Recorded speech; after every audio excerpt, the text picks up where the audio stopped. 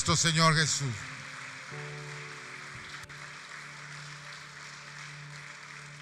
Puede tomar asiento, gloria al Señor. Dígale a su hermano que está al lado, qué buen peinado trae el pastor el día de hoy.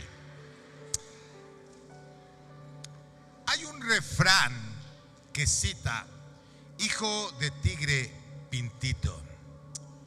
Y hoy quiero predicar bajo ese tema: hijo de tigre nace o se hace pintado. Nos reímos porque sabemos que los hijos inevitablemente heredan los gestos, los gustos, hasta los caminares de los padres. Por eso yo dije, es extenso. Puede ser que hay niños que no convivieron con el papá y convivieron más con la mamá y empiezan a tomar poses, gestos de la madre. Entonces, la historia humana demuestra que este refrán en sí encierra una ley espiritual tan profunda, pero también peligrosa. Escuche, lo que tú y yo hacemos hoy en el anonimato. Yo le decía al hermano Eric, que predicó en la mañana, es como la continuación, porque nosotros en la iglesia todos somos cristianos. ¿A su nombre? Pero ¿qué tal si en el metro alguien se para y dice, ¿a su nombre? Quizá pasaría eso, si me está siguiendo. Entonces, en el anonimato nosotros somos los que vamos a demostrar quiénes somos en realidad. Por eso quiero contarle sobre una investigación que se hizo en el año de 1874, un psicólogo e investigador en Nueva York, el cual decidió estudiar el árbol genealógico y la descendencia de un hombre del siglo XVIII llamado Max Hughes. Max era un hombre que no tenía interés en Dios, no tenía interés en las leyes de este mundo, ni en el orden familiar. Vivía simplemente de forma informal, rechazaba la guía espiritual, no asistía a ninguna iglesia, rehusaba asumir una paternidad responsable. El investigador rastreó a 1,200 descendientes en línea directa de este solo hombre a lo largo de varias generaciones. Los resultados fueron bastante escalofriantes. ¿Por qué? Porque este fue el resultado que descubrió este investigador. De estas generaciones nacieron 310 de sus descendientes, murieron en la miseria absoluta. 150 se convirtieron en criminales activos, de los cuales 7 fueron asesinos. Más de 100 fueron alcohólicos crónicos. Más de la mitad de las mujeres de esa línea cayeron en la prostitución. La dinastía de este hombre le costó al Estado millones de dólares en prisiones, asilos y tragedias sociales. Sus hijos y nietos simplemente repitieron el molde de lo que vieron. Impresionado por el hallazgo, el investigador decidió buscar el polo opuesto. Dijo, bueno, si esto sucedió con un hombre que no conocía, que no buscaba, que no iba a la iglesia, y todo esto sucedió en todas esas generaciones, ¿habrá alguien que en este tiempo sea alguien importante? Entonces fue y empezó a investigar también, y empezó a investigar al teólogo y predicador cristiano Jonathan Edwards. Edward fue un padre que amaba a Dios con pasión, que oraba con sus hijos, que llegaba temprano a la casa del Señor y que modelaba reverencia absoluta en su hogar. Al rastrear a 1,400 descendientes en línea directa de Jonathan Edwards, el panorama cambió por completo.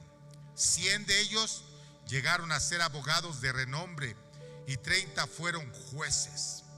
13 se convirtieron en rectores de universidades muy prestigiosas de los Estados Unidos. 65 fueron profesores universitarios respetados.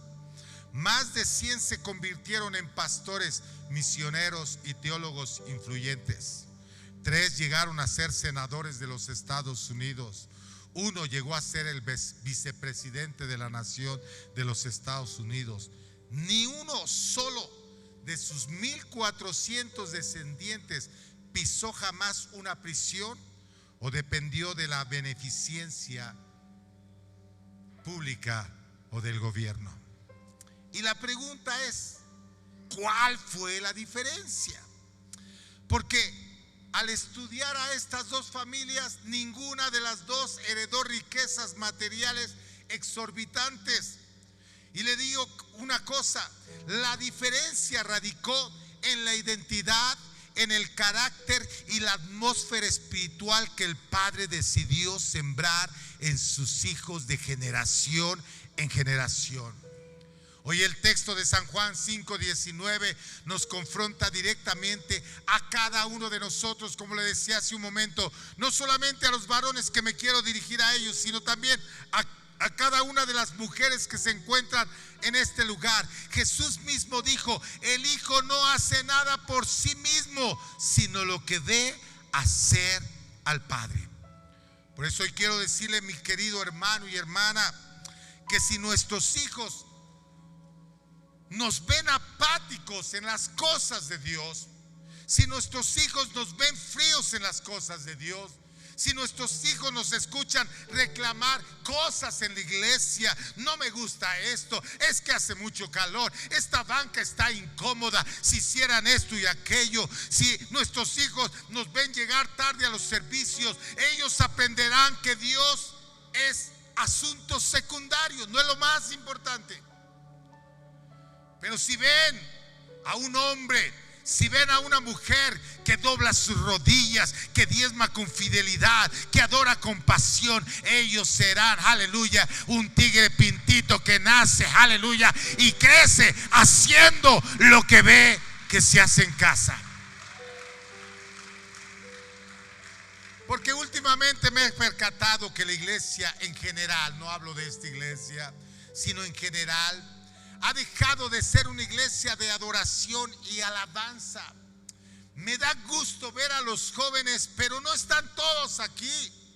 Yo no sé, yo vengo de una generación que toda la iglesia se arremolineaba a ir hacia el frente, cantar, danzar, alabar al Señor. Hoy veo a mucha iglesia apática a las cosas del Señor. Jesús mismo dijo: pero la hora viene y ahora es. Diga, ahora es.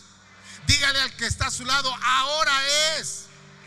Cuando los verdaderos adoradores adorarán al Padre en espíritu y en verdad, es ahora. Oh, yo no sé si me está siguiendo. Mire, aquí hay una hermana que lo cree. Es ahora. No es mañana, es ahora que el Señor está buscando adoradores que le adoren en espíritu y en verdad. Y dice la palabra del Señor: porque también el Padre tales adoradores busca que le adoren. ¿Cuándo busca algo a alguien? Cuando se perdió. Si se le pierde un billete de 1,000 pesos, ya me lo imagino buscándolo en su casa. Usted deshace la casa por 1,000 pesos. Pero la palabra del Señor dice que Dios está buscando a un adorador. Eso indica que cada vez que empieza un servicio, Él entra a la iglesia y empieza a buscar en esta banca. Va para allá, va por acá. Empieza a buscar a alguien que verdaderamente le esté adorando. Y los que le adoren en espíritu y en verdad, es necesario que le adoren. ¿A qué venimos a este lugar? Yo le doy gracias a Dios porque conozco, he tenido las mejores amistades, los mejores amigos en la iglesia. Pero yo no vengo a buscar amigos, yo vengo a adorar al Rey de la Gloria, a darle la alabanza al Señor. Y me preocupa ver cómo cada vez más jóvenes dejan de conectarse con Dios en medio de la alabanza. Y es que simplemente ellos van aprendiendo lo que ven hacer de sus padres. Estadísticas dicen que una familia cristiana, a los que menos les gusta llegar temprano a la iglesia es al papá. Ahí usted me dirá. Al que menos canta en los servicios es el papá. El que más reclama cuando hay una actividad es el papá. Mira, hasta el papá dice: papá, escucha. Así que si el papá no se conecta con el Padre Celestial, es lógico que a los hijos les cueste mucho trabajo tener esa cercanía con Dios. Hay algunos hijos que no pueden conectarse con el Padre Celestial por la imagen transgiversada que tienen de un padre. Pero tristemente, el problema es que esos padres, y eso debemos de entenderlo, que muchos de esos padres quizás se encuentran en este lugar, tuvieron una mala imagen de sus padres. No le enseñaron a buscar, a conectarse con el Padre Celestial. Yo comentaba en la mañana, y es algo que muchas veces hay padres que he visto aquí en la iglesia que les cuesta tanto trabajo conectarse con sus hijos. No sé, hacemos una actividad, abrace a su hijo, dele un beso, y ahí está como que hasta como que le da pena. Simplemente es porque tampoco recibieron eso de un padre. Pero le tengo una noticia: la palabra del Señor me enseña que el que está en Cristo Jesús, nueva criatura es, y las cosas viejas pasaron. Nosotros ahora somos una nueva criatura y somos diferentes. Por ejemplo, yo decía de mi hijo, todo barbón, y me pica su barba cuando le doy besos, pero yo lo beso. Por eso es tan importante la paternidad. La paternidad es algo que el enemigo ha tratado por todos los medios de distorsionar. El libro de Romanos capítulo 8 verso 15 dice el apóstol Pablo: pues no habéis recibido el espíritu de esclavitud para estar otra vez en temor. No tenemos que vivir en temor, sino que habéis recibido el espíritu de adopción, por el cual clamamos: Abba Padre. Y Abba Padre es una palabra que usaban en la antigüedad como diciendo en este tiempo: papito, papito. El espíritu mismo da testimonio, dice el verso 16, a nuestro espíritu de que somos ¿qué? De que somos ¿qué? De que somos ¿qué? Hijos de Dios. Si usted no tuvo un padre o un buen ejemplo, ahora tiene un Padre Celestial. Y ese aplauso no es para el pastor, es para el Padre Celestial. Se puede acercar a él y decirle: papito. Algunos creen que todos somos hijos de Dios, pero eso no es cierto. Todos somos creados, somos criatura de Dios, pero no somos hijos de Dios. Somos hijos de Dios aquellos que hemos recibido el espíritu de adopción. Y debe de entender usted que fuimos adoptados por el Rey de Reyes y Señor de Señores.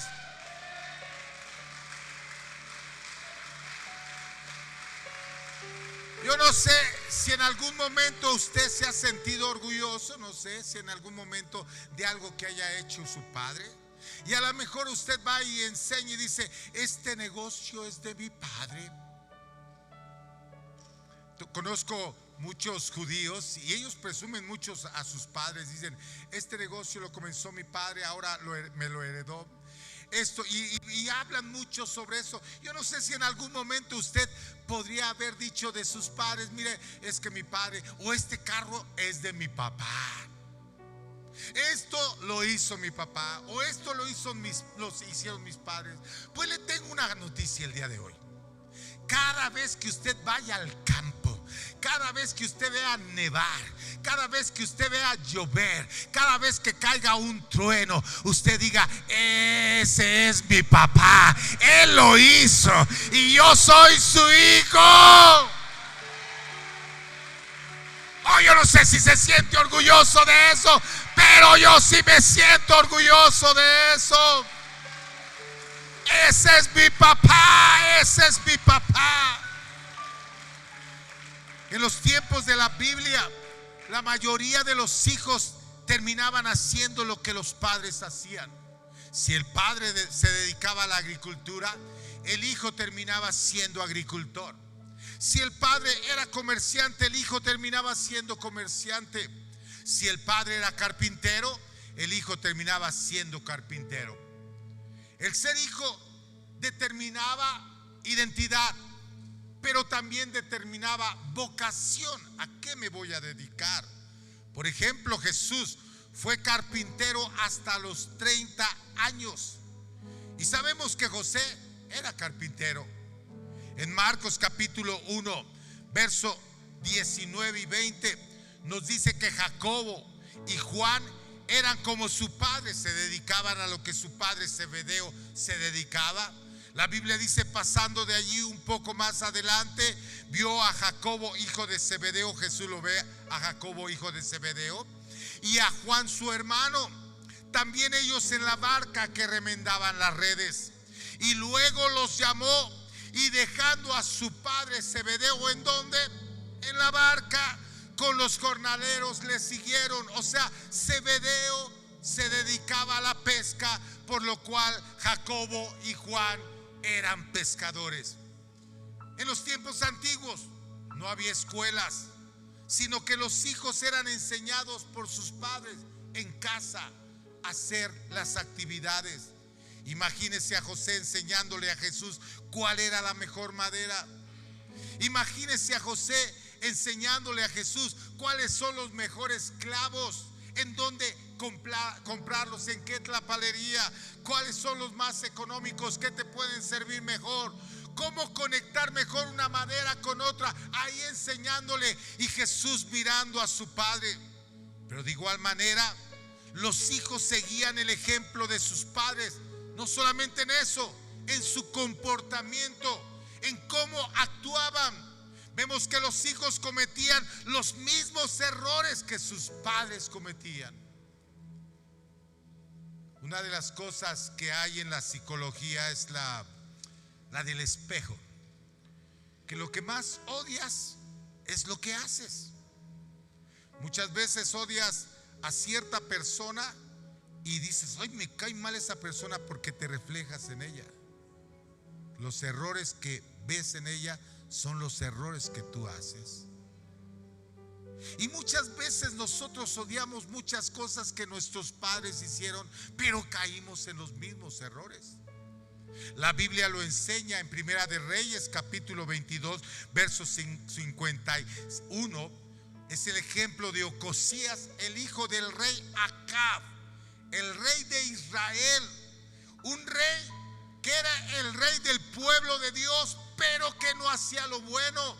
La Biblia dice, Ocosías, hijo de Acab, comenzó a reinar sobre Israel en Samaria el año 17 de Josafat, rey de Judá, y reinó 2 años sobre Israel, e hizo que lo malo ante los ojos de Jehová, y anduvo en el camino de su padre, y en el camino de su madre, y en el camino de Jeroboam, hijo de Nabat, que hizo pecar a Israel, porque sirvió a Baal y lo adoró, y provocó a ir a Jehová, Dios de Israel, conforme a todas las cosas que había hecho su padre.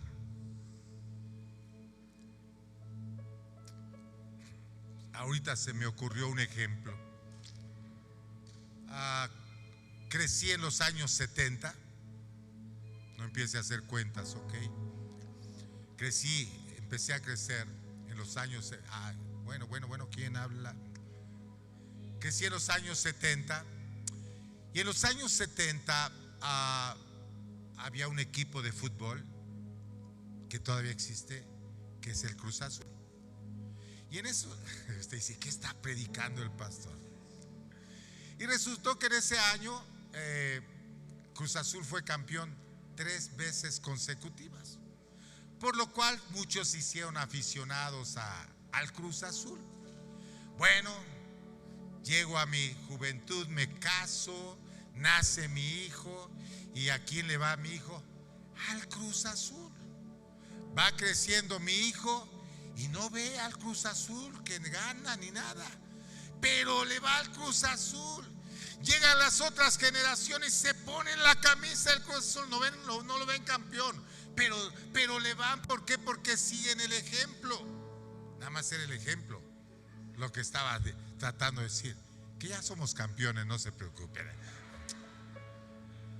Pero me estoy explicando que nosotros simplemente somos ejemplo. ¿Y por qué le dije esto? Porque nosotros vamos a demostrar qué es importante para nuestra vida y qué no es importante para nuestra vida. Si nuestros hijos en este mundial ven que usted, cuando va a hacer el partido de México, se prepara, se pone la camiseta, se prepara, toma su corneta y dice: vamos a ir a un lugar especial y vamos a gastar dinero bastante para poder comer, estar a gusto, pero cuando va a la iglesia no gasta nada. Uy, ya no hubo amén. Ni se pone el mejor traje, ni el mejor perfume. ¿Qué van a decir sus hijos? ¿Qué es más importante para usted? ¿Es más importante el fútbol? Pues no, mi hermano. Es por eso que yo vengo a este lugar, me vengo al frente, glorifico al Señor, canto al Señor, salto para el Señor, que mis hijos me vean, que mis nietos me vean. Y si usted me considera un padre espiritual, que usted me vea alabando al Señor, porque usted tiene que aprender a alabar al Rey de la Gloria.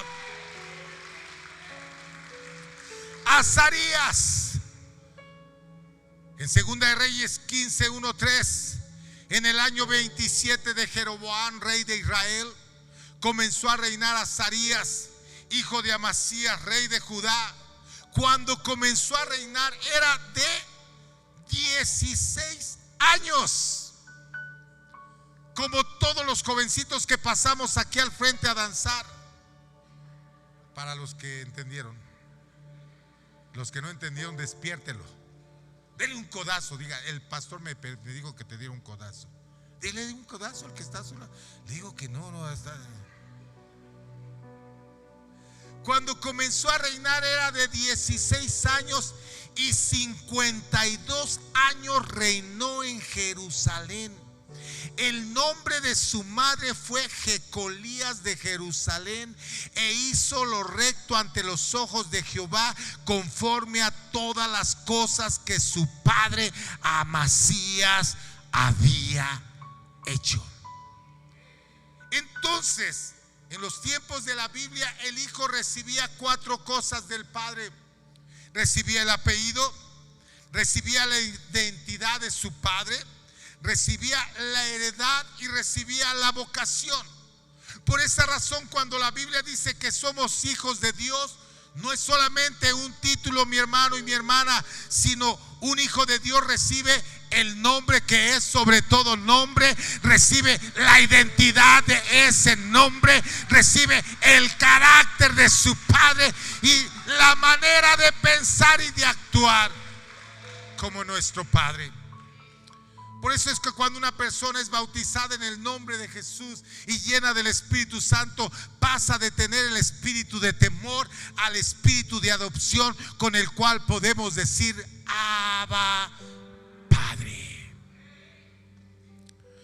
Por eso tenga en cuenta que lo que hagamos ahora va a determinar, escuche lo que le voy a decir, la pasión, el amor, la fuerza. Lo que usted haga ahora va a determinar esa pasión, ese amor, esa fuerza con lo que sus hijos van a buscar a Dios.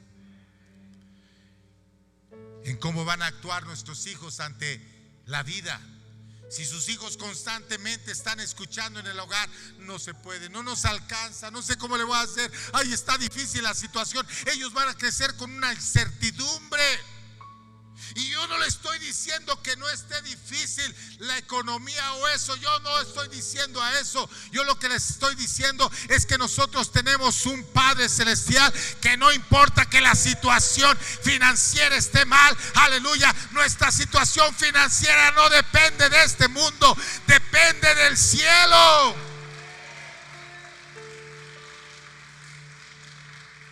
Se puede imaginar en el desierto, no había pan, no había que comer, desierto.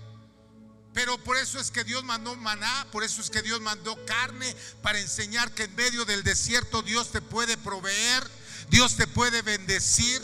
¿Sabe por qué? Porque siempre la gloria se la tiene que llevar Él. No es por nuestro intelecto, no es por nuestra sabiduría, es porque tenemos un Padre celestial que está al pendiente de nosotros. Por eso es importante que entendamos que Dios nos ha dado, perdón, el poder de bendecir a nuestras generaciones. ¿Y sabe cómo es que bendecimos a nuestras generaciones? No es solamente con palabras, que son importantes. No es solamente con deseos, que son importantes. Usted puede darle buenas palabras a sus hijos, desearles lo mejor, pero también bendecimos a través de nuestras obras, de cómo somos, qué hacemos. Es importante que entendamos que cada vez que nosotros levantamos nuestras manos, nuestros hijos van a aprender a levantar las manos. ¿Me está siguiendo? Es por eso que le decía que cada vez veo más apatía en los jóvenes de este tiempo, porque nunca han visto a un padre levantar las manos al Rey de la Gloria, llorar ante su presencia. Cuando le canto con todo mi corazón, ¿sabe qué es lo que estoy haciendo? Bendiciendo a mis generaciones. Cuando diezmo y ofrendo, lo que estoy haciendo es bendiciendo a mis generaciones. Todo lo que hago es para bendecir a los que vienen detrás de mí. Y se lo digo porque tenemos ejemplos en la Biblia. El libro de Hebreos 7, verso 1 dice la palabra del Señor: porque este Melquisedec, rey de Salem, sacerdote del Dios Altísimo, que salió a recibir a Abraham, que volvía de la derrota de los reyes, y le bendijo, a quien asimismo dio a Abraham los diezmos de todo. Y el verso 6 dice: pero aquel cuya genealogía no es contada de entre ellos, tomó de Abraham los diezmos y bendijo al que tenía la promesa. Wow, tremendo. Ahorita se lo explico. Y sin discusión alguna, diga sin discusión. ¿Por qué el autor de Hebreos pone esta palabra? O sea, esto no se discute. Todo lo que nosotros sembramos hoy se va a cosechar mañana. Quizá ni lo vamos a ver nosotros, pero póngase usted contento, póngase usted contenta si sabe que está buscando, alabando, glorificando al Rey de Gloria, porque su nieto, su bisnieto van a recibir una herencia de un padre y una madre, aleluya, que supieron darle la gloria al que lo merece. Y sin discusión alguna, el menor es bendecido por el mayor. ¿Escuchó? Para aquellos que dicen: bueno, le estoy dando estudios a mis hijos para que después pues me saquen de esto. No es bíblico. El mayor bendice al menor. Ah, ya, como que eso no les gustó. Ya vi muchos que: ay, no, pues te voy a sacar de la escuela entonces. Verso 8: y aquí ciertamente reciben los diezmos hombres mortales, pero allí uno de quien se ha dado testimonio de que vive, y por decirlo así, en Abraham pagó el diezmo también Leví, que recibe los diezmos. Porque Abraham bendijo a través de esto sus generaciones. Abraham dio el diezmo sin saber que era un diezmo, solamente dijo: bueno, voy a dar el 10% de lo que Dios me bendijo, y se lo dio al rey. Pero la palabra del Señor dice que después 4 generaciones, porque fue Abraham, fue su hijo Isaac, fue Jacob, y Jacob tuvo un hijo llamado Leví, que fueron los sacerdotes. Y dice la palabra del Señor, él recibió el diezmo de Abraham, la bendición de Abraham. Lo que nos está diciendo la Biblia, que ese acto que hizo Abraham trajo bendición hasta la cuarta generación, o sea, hasta el bisnieto. Hermana y hermano, quiero decirle que cada vez que tú levantas las manos en adoración a Dios, ¿sabes a quién estás bendiciendo? No solamente a tu hijo, no solamente a tu nieto, no solamente a tu bisnieto, sino generaciones que vienen detrás de ti. Cada vez que tú le cantas al Rey de la Gloria, cada vez que tú danzas para Él, cada vez, aleluya, que haces algo para Él, estás bendiciendo a tus generaciones. El tema y la esencia es que lo que nosotros hacemos hoy va a repercutir por generaciones. A los jóvenes y hombres que están en este lugar, que no tienen hijos todavía, esto también es para ustedes. Mientras hacía este mensaje, yo me preguntaba, y le di una cosa: yo me siento muy bendecido en todas las áreas, en todas las áreas. Y me preguntaba, ¿por qué esta bendición, Señor? Y al estar haciendo este mensaje me vino a la memoria. Sé que mis abuelos no conocieron del Señor. Mi padre conoció del Señor, pero al conocer al Señor, él fallece a los 6 meses de conocer al Señor. Pero mi madre se quedó con 7 hijos. Mi suegra se quedó con 8 hijas y un hijo, o sea 9. Imagínense una mujer viuda y una mujer sin esposo. Pero algo de lo que Dios me estaba hablando el día de ayer, que una mujer viuda y una suegra, una madre sin esposo, ellas hasta el último momento de sus vidas trabajaron en la casa de Dios. Hasta el último momento de sus vidas apoyaban en la casa de Dios. Ancianas, pero estaban en la casa de Dios. Dieron sus diezmos en la casa de Dios. Yo recuerdo, hermanos, se lo digo de verdad. Esta semana, un ejemplo, estábamos en el culto. Mi madre llegó al culto. Yo no sé, pero bueno, llegó al culto, estuvo en el culto en la semana, falleció. Y a la siguiente semana recibo los diezmos, y ahí venía el diezmo de mi madre. Y me doy cuenta, mis nietos, y se lo voy a contar a mi nieto Lucas, tú estás siendo bendecido porque hubo abuelas, bisabuelas que dieron lo que tú estás recibiendo el día de hoy. Y lo que tú hagas el día de hoy va a repercutir por generaciones. Mi suegra era la que cuidaba la iglesia, la que tenía las llaves de la iglesia, la que llevaba las finanzas ahí con la familia. Mi madre era la mujer de oración. Aquí estaba todos los cultos. Estoy hablando de una mujer anciana que venía. Y no crea que ahora ya tenemos un programa para ayudar a ciertas hermanas. No, mi madre se venía a veces caminando en el transporte, pero ella estaba en la casa de Dios. Y mire qué nos dice la palabra del Señor en Lucas capítulo 11:11. Jesús hablando de la paternidad.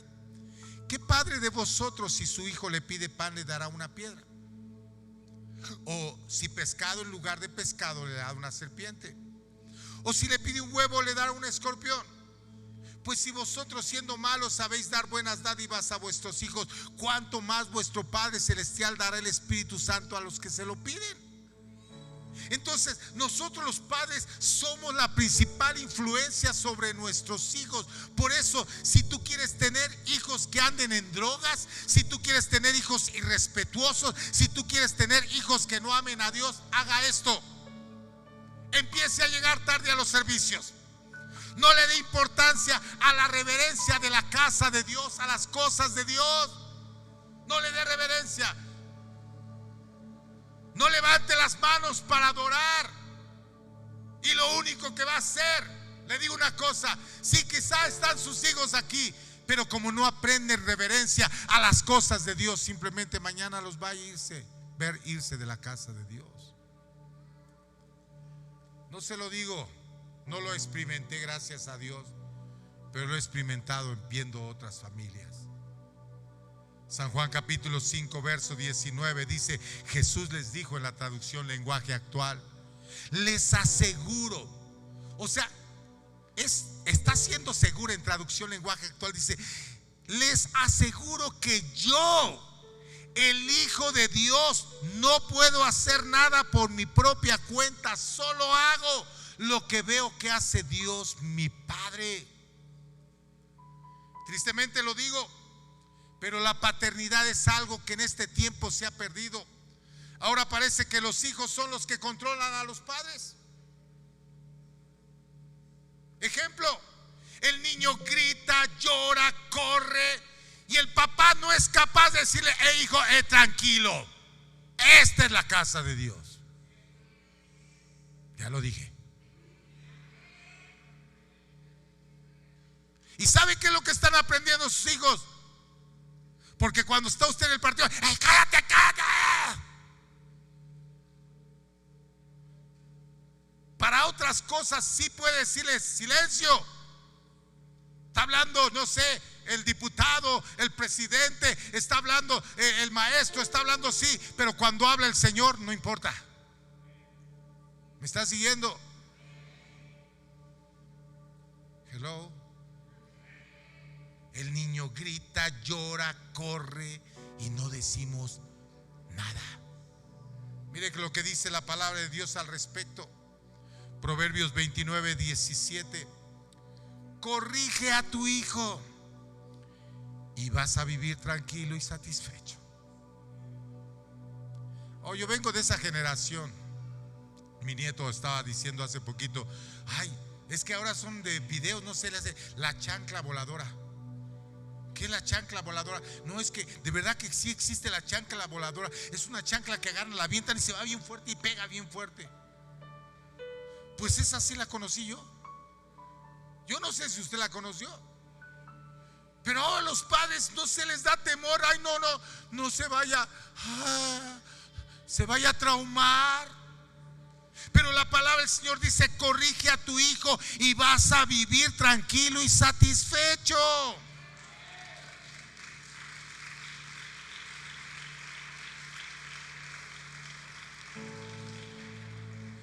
Esto lo digo porque no está aquí, pero mi hija Merari fue como más dura. A Cristian casi no le pegué, pero a mi hija Merari sí le pegué. Y ya joven, ya grandecita, pero porque sabía lo que dice la palabra del Señor. Gracias a eso creo ahora la veo sirviendo al Señor, esposa de un pastor, con hijas que alaban y glorifican al Señor. Proverbios 29, 15 dice: la vara y la corrección, ¿qué dan? ¿Qué dan? ¿Qué dan? La vara y la corrección dan sabiduría. ¿Quiere hijos sabios? Mire, mas el muchacho que el muchacho consentido avergonzará a su madre, porque es a la que la deja. No, es tu hijo. Ahí el padre dice: es tu hijo. No queremos agarrar la responsabilidad, pero no consintamos. El día de ayer el hermano Roberto nos daba una enseñanza y hacía una pregunta, y la pregunta se la quiero hacer a usted el día de hoy. ¿Qué referencias podría usted decir de su hijo y de sus hijos? ¿Cómo son sus hijos? Fue una pregunta muy capciosa en realidad, ¿no? Porque podríamos decir: ay, no, mi hijo es bien bueno. Todos vamos a decir que nuestros hijos son bien buenos, ¿eh? No, el hijo pega allá arriba, pero es el hijo el mejor. Y cuando vienen las maestras de escuelita: es que su hijo pegó. No, mi hijo no es así. No lo conoce. Entonces voy a esto. La pregunta era esa. Y le preguntó a unos hermanos: Y los hermanos dicen, bueno, voy a ser honesto, mi hijo no lo conozco más que en casa. De ahí para afuera no sé la verdad cómo sea. Y le digo una cosa, andan más afuera que adentro. Entonces los conocemos muy poco. Y le preguntó al otro y el otro dijo, yo opino lo mismo. Porque creo que mi hijo en casa es muy bueno y podría decir todo eso, pero afuera no lo sé. Porque a veces vienen y resultó que me trajo un reporte y el reporte, a ver, me habló la maestra, yo decía, y yo llegué, pero mi hijo, mi hija, no, ¿cómo cree? Pues sí, mi hijo y mi hija no estaban haciendo las cosas correctamente. ¿Me está siguiendo? Así que nuestros hijos deben de tener temor. Escuche, no estoy hablando de miedo, sino de temor. Y cuando hablamos de temor me refiero al temor al que la palabra de Dios se refiere. En Eclesiastés 12:13 dice, el fin de todo el discurso oído es este: teme a Dios y guarda sus mandamientos, porque esto es el todo del hombre. Temer no tiene que ver con miedo. Tiene que haber un temor reverente a nuestro Dios. Por eso nosotros vamos a bendecir a nuestros hijos mostrándole paternidad. Hay gente que dice, hermano, ore por mi hijo, que es un malcriado, rebelde, no quiere obedecer. Pero muchas veces no hay que orar por el hijo, hay que orar por el papá, hay que orar por la mamá. Porque el hijo simplemente es el reflejo del papá, de la mamá. Ay, ya no le gustó. Yo le dije, por eso voy a meter a la mamá también, porque si no ahorita las mamás estarían, amén, amén, amén. Mire, vamos a ver en la Biblia un ejemplo de un padre que no le importó la paternidad. En el libro de Isaías nos habla de un rey llamado Ezequías. Y cuando leemos la historia de Ezequías, pues era un buen rey, pero tuvo un error muy grande, y es que dejó su paternidad. O sea, el que lleva el mando, no el que ordena, el que lleva el mando. Debemos de entender eso, es muy diferente. El que ordena es el que dice, haz esto, haz aquello, pero nunca hace nada.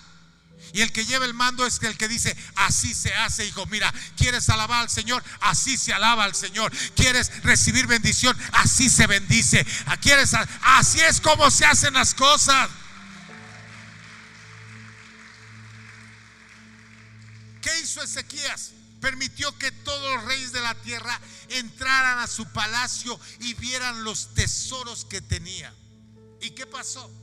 Isaías 39:5 dice, entonces dijo Isaías a Ezequías, oye palabra de Jehová de los ejércitos. Porque a veces dejamos meter miles de cosas al hogar, a la familia. Y aquí vienen días en que será llevado a Babilonia todo lo que hay en tu casa. Mire la profecía que le estaban dando a Ezequías. Le estaban diciendo, esta es la palabra de Dios. Vienen días que será llevado a Babilonia todo lo que hay en tu casa. Y lo que tus padres han atesorado hasta hoy, ninguna cosa quedará, dice Jehová. De tus hijos que saldrán de ti. Mire qué tremendo. Todavía había hijos que ni siquiera tenía, pero le está diciendo, esto viene por generaciones.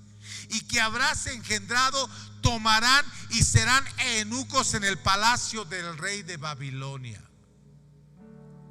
Y dijo Ezequías a Isaías, después de que le da la profecía, dice Ezequías a Isaías, la palabra de Jehová que has hablado es buena. Y añadió, a lo menos haya paz y seguridad en mis días. Qué tremendo. Ezequías era un egoísta que pensó solamente en él y no en sus generaciones. ¿Sabe quién era un eunuco? Era un servidor del rey, pero era un esclavo, el cual le quitaban la virilidad. ¿Está siguiendo? Y en lo espiritual, lo que nos está enseñando la palabra del Señor es que las generaciones van a ser tomadas por el enemigo y no van a querer nada de las cosas de Dios. Van a ser violadas, van a andar en las drogas, van a vivir en la miseria. Y yo quiero preguntarle, ¿quién quiere eso para sus hijos? Yo no quiero eso. Es por eso que vengo a este lugar a alabar, a exaltar, a enseñarle a mis hijos que a este lugar venimos a darle la gloria al que vive.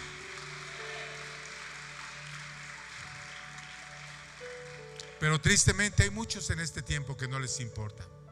Con que vaya bien el negocio, con que vaya bien aquí.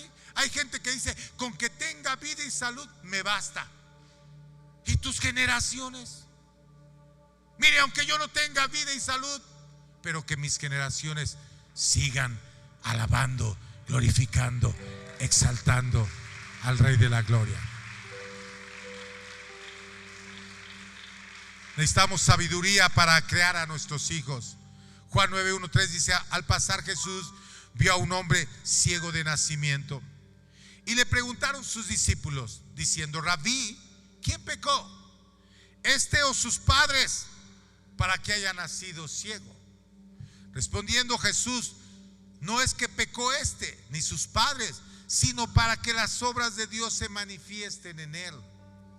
En el contexto nos podemos dar cuenta que los judíos estaban conscientes de que todo lo que los padres hacían repercutía sobre los hijos. Es por eso que hicieron esa pregunta: ¿quién fue que pecó? ¿Por qué le va mal a ese joven?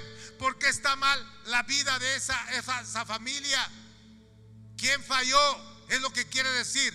¿Quién falló? ¿Falló él o fallaron sus padres? ¿Viene de generaciones eso? Y cuando hablo esto, no estoy hablando de maldiciones generacionales, porque la palabra del Señor no nos enseña eso. La Biblia dice en Ezequiel 18:20: el alma que pecare, esa morirá. El hijo no llevará el pecado del padre, ni el padre llevará el pecado del hijo. O sea, no hay maldiciones generacionales. Lo que nosotros recibimos es simplemente por el ejemplo que vimos en los demás. Qué fácil es decir: es que yo soy alcohólico porque es una maldición que mi padre me dejó. No, usted es alcohólico porque quiere serlo. Porque hoy tomamos decisiones y las decisiones que tomamos son en Cristo Jesús. Y yo dejo el pasado atrás y me voy hacia un futuro lleno de bendiciones en el nombre de Jesús. Dele un fuerte aplauso al Rey de la Gloria.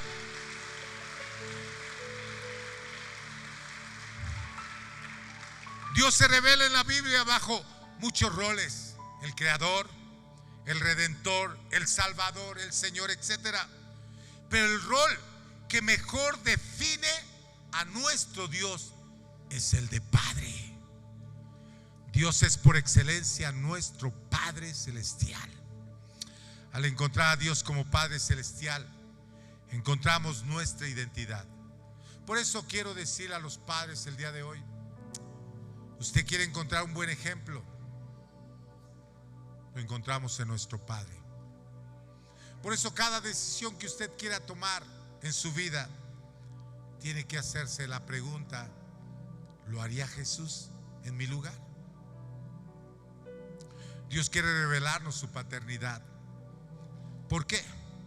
Para que tengamos su identidad. Porque fuera de la paternidad de Dios somos simplemente criaturas, hechura de Dios. Pero dentro de la paternidad de nuestro Dios, Dios nos introduce a una familia celestial. Y termino. Varones, esposos, todos los que están aquí presentes, la paternidad y la hombría no se miden por el dinero que traemos a la mesa, sino por el legado espiritual que dejamos en el altar. Y lo voy a repetir: la paternidad y la hombría no se miden por el dinero que traemos a la mesa. Esa es una obligación. Ay, es que yo trabajo para darte. Por eso te casaste si tuviste hijos. Es tu obligación. La paternidad se muestra en un legado espiritual para nuestros hijos. Las estadísticas y la historia demuestran que el papá no se conecta con el Padre Celestial. Que si el papá no se conecta con el Padre Celestial, los hijos les va a costar el doble de trabajo acercarse a Dios. No podemos ser como el rey Ezequías, quien con una actitud egoísta simplemente dijo: al menos que haya paz en mis días, con que yo tenga una vejez tranquila y esté bien y se acabe, con que en mis días vayan bien las cosas, con que el negocio, bueno, allá no, mi hermano, esa es una posición egoísta. No, que nuestros hijos vayan a otro nivel, porque nosotros los dejamos en el nivel mayor, cada vez mejor. Basta de conformarnos con estar bien nosotros mientras nuestras generaciones corren peligro. Póngase de pie. Hoy es el día para romper toda imagen incorrecta, transgiversa de lo que es un padre, y empezar a bendecir nuestras futuras generaciones. Yo quiero invitarles el día de hoy.